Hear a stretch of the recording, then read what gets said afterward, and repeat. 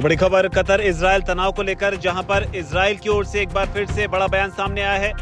Israel ने अब America को ही चुनौती दे दी है। इजराइल ने कहा है कि वो फिर से हमला करेगा। आपको बता दें, बमबारी को लेकर, जो कतर पर बमबारी की गई थी, उसे लेकर ट्रंप ने कहा था कि ये फैसला नेतन्याहू का था, मेरा नहीं था। लेकिन अब इजराइल ने तल्ख तेवर दिखाते हुए बड़ा ऐलान किया है। उनके इस ऐलान को भारत से भी जोड़कर देखा जा रहा है, जहां हाल ही में इजराइल से ये बयान आया था कि इजराइल की लीडरशिप को प्रधानमंत्री मोदी से सीखना चाहिए। जिस तरह से उन्होंने अपने देश की संप्रभुता की रक्षा की, खासतौर पर टैरिफ विवाद में, इसे इजराइल को भी सीखना चाहिए। और इस नसीहत के बाद ही एक बड़ा कदम उठाते हुए इजराइल ने कतर में बड़ा मिलिट्री एक्शन लिया, जिसके बाद इस एक्शन से अमेरिका तक हिल गया, क्योंकि कतर अमेरिका का दोस्त है। हाल ही में कतर ने अमेरिका को एक शानदार प्लेन भी गिफ्ट किया था। इजराइल भी अमेरिका का एक अच्छा दोस्त माना जाता है, लेकिन अब इजराइल में जिस तरीके से जेरूसलम में अटैक हुए, इन हमलों के बीच इजराइल ने कतर में अटैक किया, जिसके बाद अमेरिका हिल गया। चर्चा अमेरिका की तरफ से किए गए उस फोन को लेकर भी हो रही, लेकिन जो ताजा खबर है उसमें नेतन्याहू का एक बयान आया है। इजराइल के प्रधानमंत्री नेतन्याहू ने कतर की राजधानी दोहा में हमास अधिकारियों को निशाना बनाए जाने की अपने मिलिट्री एक्शन का बचाव किया है। उन्होंने इसकी तुलना 9/11 से की है और साथ ही चेतावनी दी है कि जो देश आतंकवादियों को शरण देगा, उन्हें या तो बाहर निकलना होगा या फिर न्याय के कटघरे में लाना होगा, वरना इजराइल खुद कार्रवाई करेगा।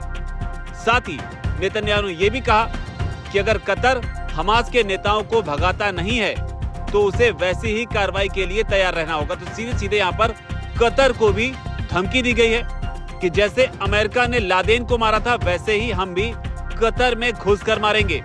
जो पूरा बयान है उसमें कहा है कि हम वही कर रहे हैं जो अमेरिका ने किया था। जैसे उन्होंने अफगानिस्तान में घुसकर अलकायदा के आतंकी मारे थे और पाकिस्तान में बिन लादेन को ढेर किया था, हम भी वही करेंगे। साथ ही उन्होंने ये भी कहा कि ये बेहद दुख की बात है कि जिन देशों ने लादेन को मारे जाने पर अमेरिका की तारीफ की थी, आज वो हमारे एक्शन पर सवाल उठा रहे हैं। अब बता दें, इजराइल के इस हमले से तमाम मुस्लिम देश जो हैं वो भड़के हुए हैं। कतर का भी कहना है कि राजधानी दोहा पर हमला हमारी संप्रभुता के खिलाफ है और ऐसा करके इजराइल ने पूरे मिडिल ईस्ट में जंग को भड़का दिया है। तो ये कतर के तल्ख तेवर हैं। और दिलचस्प बात यह है, अमेरिका के राष्ट्रपति डोनाल्ड ट्रंप ने हमले के कुछ घंटों बाद ही ये वादा किया था कि इजराइल अब कतर पर दोबारा हमला नहीं करेगा।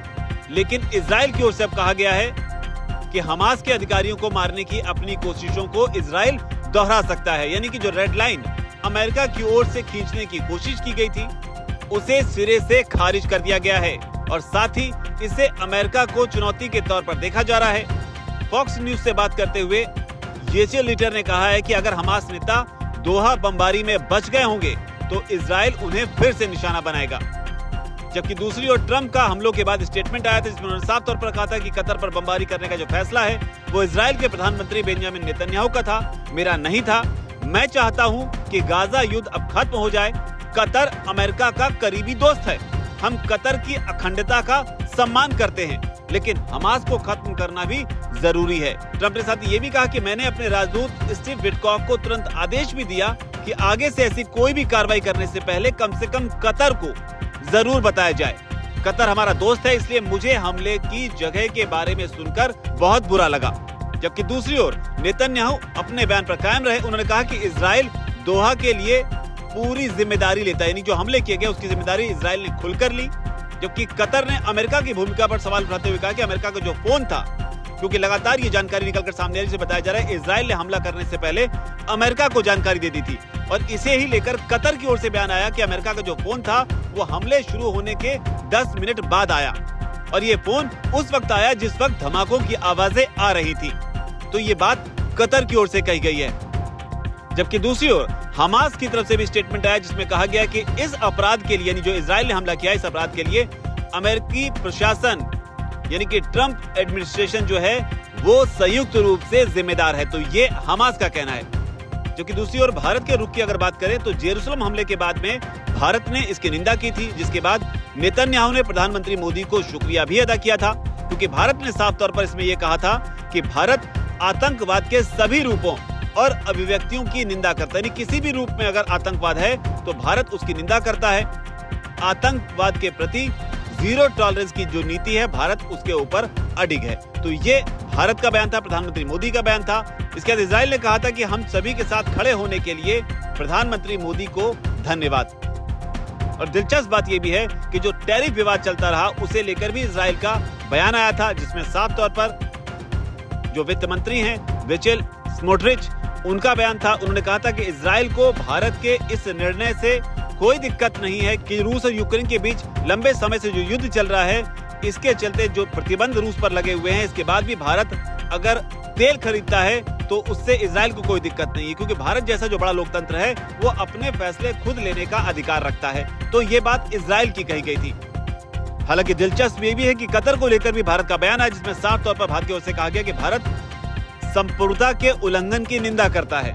हम बातचीत और कूटनीति के माध्यम से मुद्दों के समाधान और तनाव को बढ़ने से रोकने का समर्थन करते हैं। और साथ ही भारत ने एक बार फिर से आतंकवाद की जो है, किसी भी रूप में वो आतंकवाद हो, उसकी दृढ़ता के साथ उसकी निंदा की।